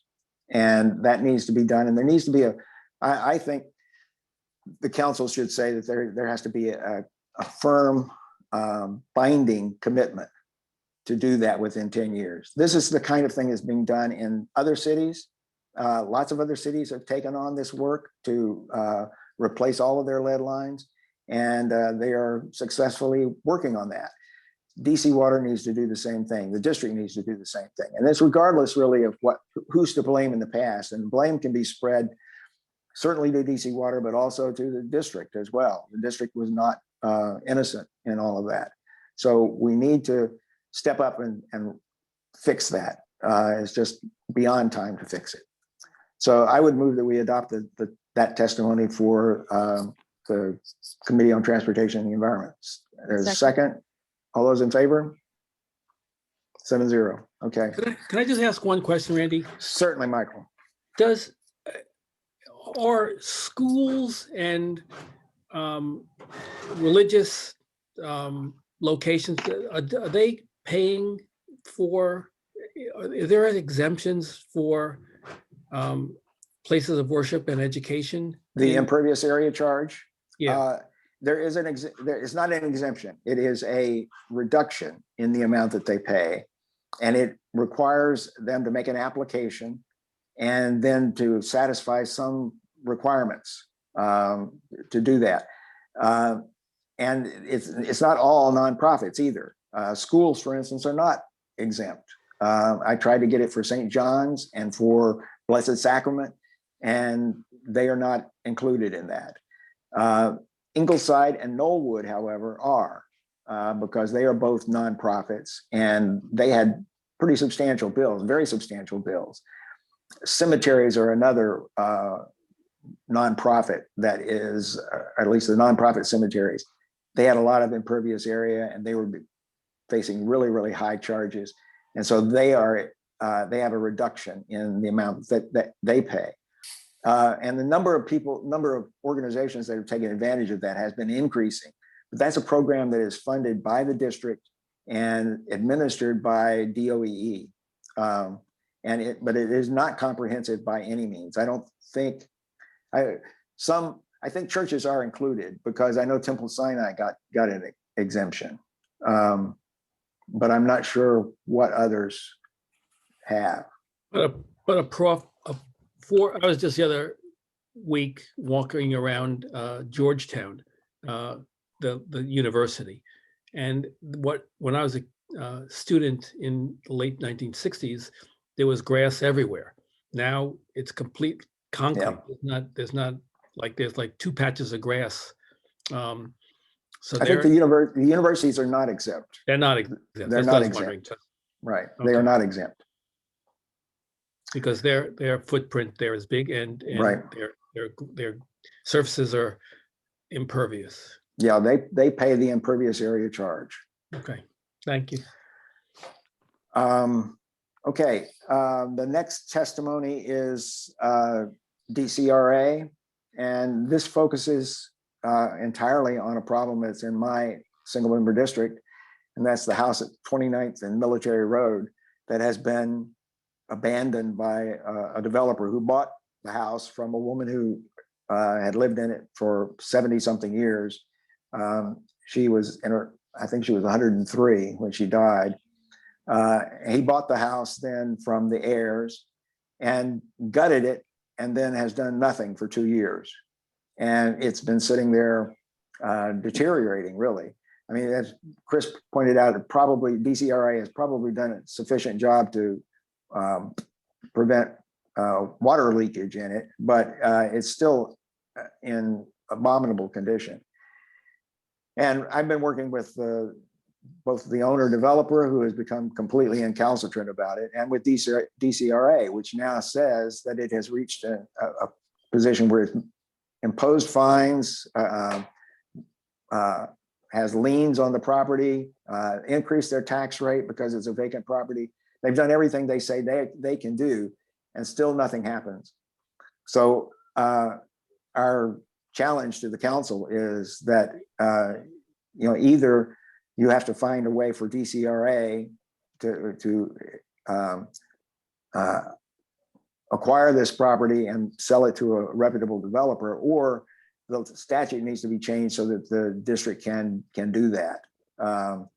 And we can't leave good housing stock like this in a time when the city needs housing. We can't leave places like this empty and vacant for 2 years. And so, again, this is an issue that I've raised with the council before. It's getting more and more acute. I also reached out to the neighbors on 29th Street and got a lot of input from them about it. They are, as you might expect, livid about this house. And it also is a safety hazard because it's right on the corner, and the weeds grow up in the yard and along the fence, so that you can't see to get onto Military Road from 29th Street. And it's a real safety hazard as well.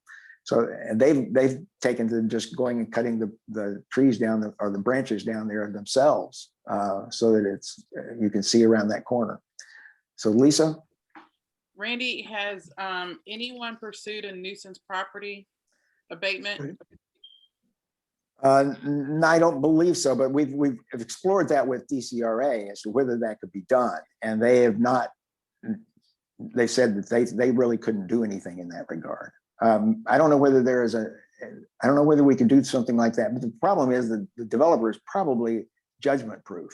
I don't think going against the developer is going to ultimately get us anywhere, because I'm sure he has LLCs that have protected him from any financial liability. And there's been an offer to buy the house from one of the residents on 29th Street. Yeah. And he refused because it wouldn't give him enough profit. And he asked for something that was way beyond the market price. So, this is a developer who really is not a good actor, and has had lots of trouble with the district in the past.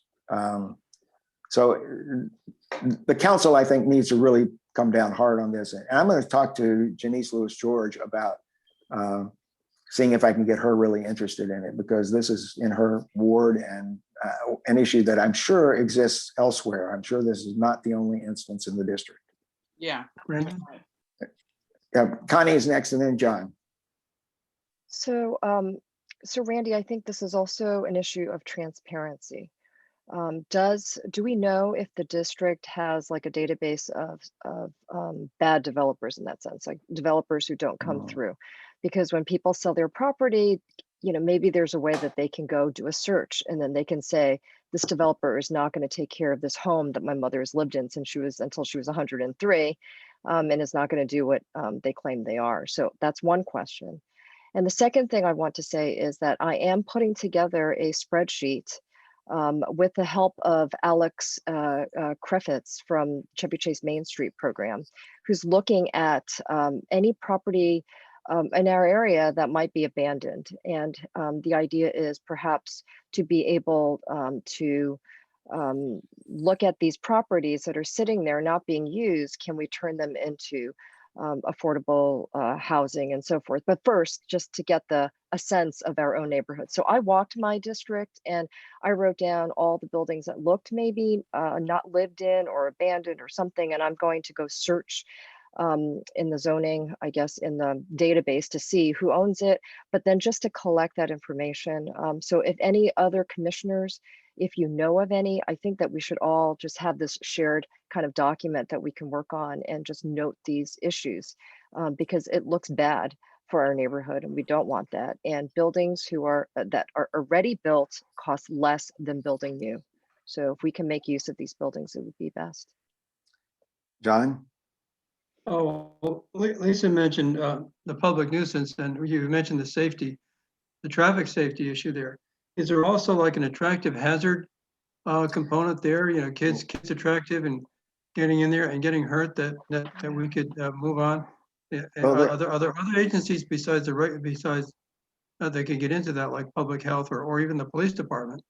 Well, DCRA also has regulations that require fencing around the property, and in fact, it is fenced. It was interesting. I went over there one time, and there was a fence there, but the fencing company was taking it down because the owner had not paid for the fence, and so they were removing it. But then he got it back up again. So there is now a fence around it. For a while, it wasn't locked, and so I got him to lock it. But it is ostensibly protected from being an attractive hazard like that. But it took some effort to get there. John, I thought you might be mentioning, following up on Connie's comment, there is a house that's just on, I think it's 27th Street, that is right across from Knollwood at the corner of Tennyson and I think 27th Street. That looks abandoned. I don't know whether it is or not, but it looks pretty bad. So that might be one we would. It looks pretty bad because it is pretty bad. Yeah.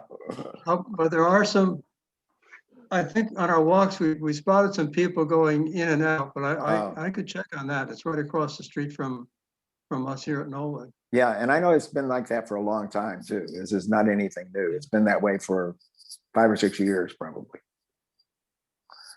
Chris, did you have a comment too? Yeah, I just wanted to echo, it's almost impossible to deal with these abandoned buildings. We had 2 abandoned buildings on Connecticut Avenue and Legation. Yeah. Not on Legation, Jocelyn Street, Jennifer Street. One of them was half torn down and it was right on Connecticut Avenue. It was a total embarrassment to the district. I mean, I had Mary Che all up in arms and Mendelson was angry about it. And we, I went to a number of meetings with Mendelson's, he has those ANC commissioner meetings and I brought it up. I even met the head buildings inspector of DCRA and he said he would do something about it. Nobody did a thing about it. I mean, what they do is they raise the tax rate on the person up to 10 times what the rate is. So instead of paying 10,000 or paying 100,000 a year, but they seem to have an unlimited amount of money. I don't know how they do it. I think it's, they take a write-off on it. I mean, ask Donald Trump. He probably is an expert at this kind of thing. But and also the other problem is that these guys, they contribute to they're very influential people in town also. So it's a very frustrating process. It took us over 2 years to get that building corrected. They finally tore it down and built something. You just have to be persistent. Yep. Okay, Lisa? Randy, just the last thing I would mention, you're right, Chris, it is very difficult to get them dealt with.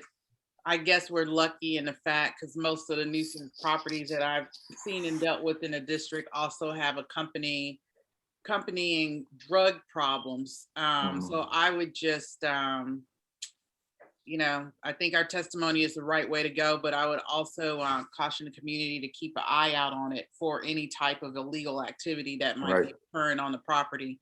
And that could be another way that we could look at it. Most nuisance abatements, I think, in my career, I've only seen 1 or 2 in a district. And that was with a lot of investigation on drug issues.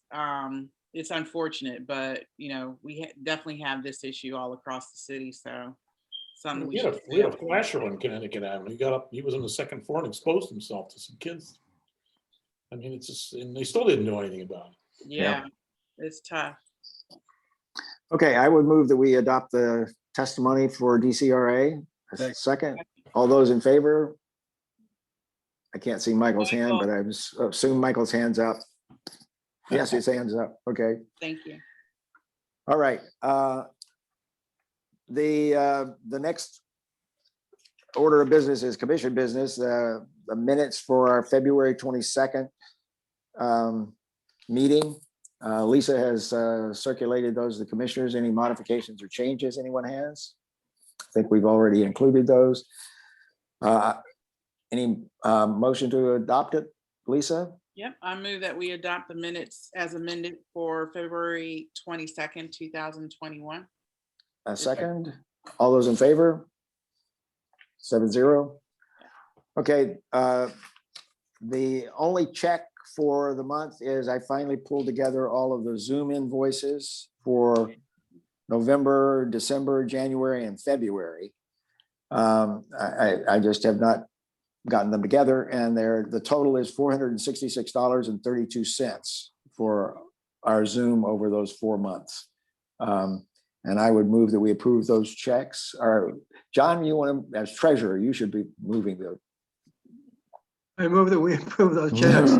Okay, not rather than me, since it's going to me. Okay, all those in favor?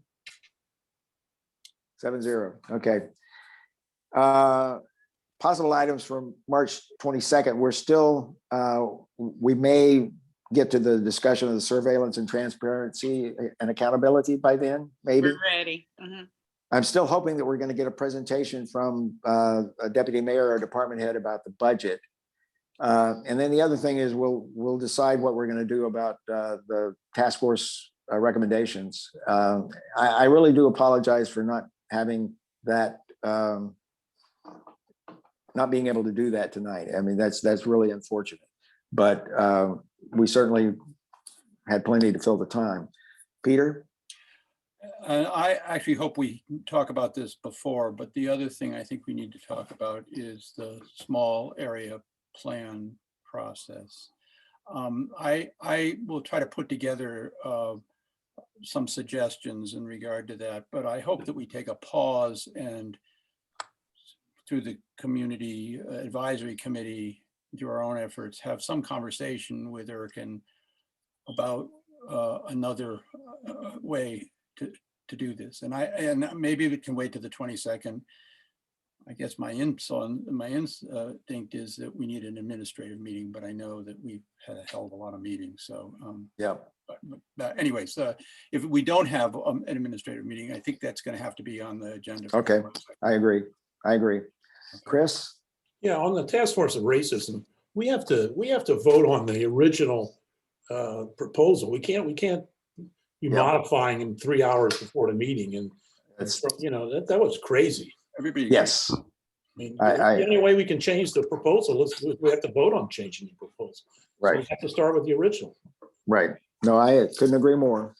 And I would just emphasize that if we're going to operate efficiently in our meetings, we need to have preparations well in advance. I mean, we can't be circulating things Monday afternoon. Right. It's just not going to work that way. None of us are going to be able to prepare properly, and the meetings are just not going to be. It's not going to be fair or efficient to do that. So, Lisa.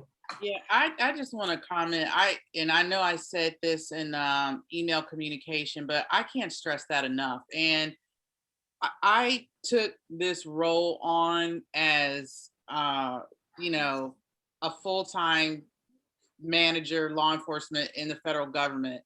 If I did not retire, I would have to resign this commission, because there would be no way that I would be able to do my full-time job without getting an internal affairs case, for abuse of time. We talk about a lot of different ways in which people can, participate or want to be able to participate in the commission. We have to make it equitable across the board. I mean, people have full-time jobs. I mean, how would we be able to recruit commissioners that are working full-time if we don't have any processes in place to allow, to do the commission work on what's supposed to be a part-time basis? And I know that we all know this is not part-time, but I can't stress enough, we've got to set some rules and norms, and we have to stick to them in terms of, getting these resolutions and, processes that just make it more efficient for us to move this work. Yep. Okay, we've got to take that to heart and really do it. Okay. Well, I think,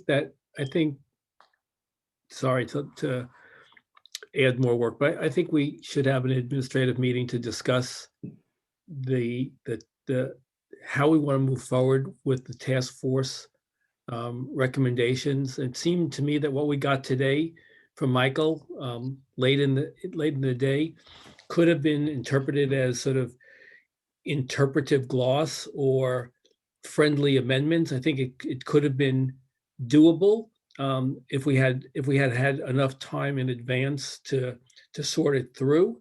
But if it's something that requires a completely different structure, then we have to figure out what that is, because we're putting this off now for the third time, and it's important stuff that should be. We should figure out a process by which.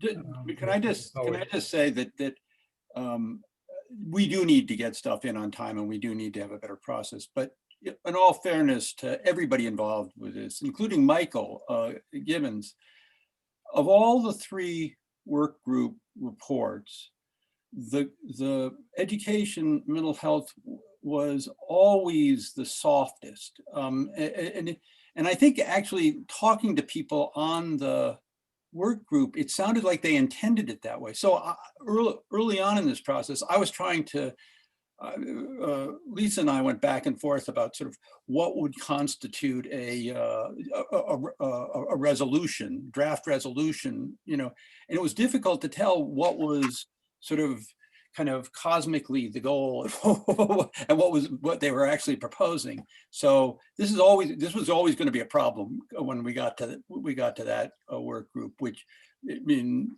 for all the maybe disagreements about housing, you knew what housing said, right? I mean, this was just sitting there waiting to happen. Anyways, this is a meeting we ought to end. It's 9:15. Yes, we should end it. Okay, I agree. Yeah. Okay, we'll adjourn the meeting at 9:14. And thank you all. Thank you for everyone who attended. I think at peak, we had maybe 21 people who were attendees tonight. 27. We had 27 attendees. Oh, good. Yeah. Oh, no, Okay. sorry. You're right. That included 29 us. total. 29 Right. total, 22. Right. I thought that was probably My right. account. You're right. Mhm. Yeah. There was seven of us, and how many water people? Okay. Yeah. Can't keep talking. We'll never. Okay. All right. Moving the time back. Good night, everyone. Night, Good night. everybody. Bye. Bye-bye.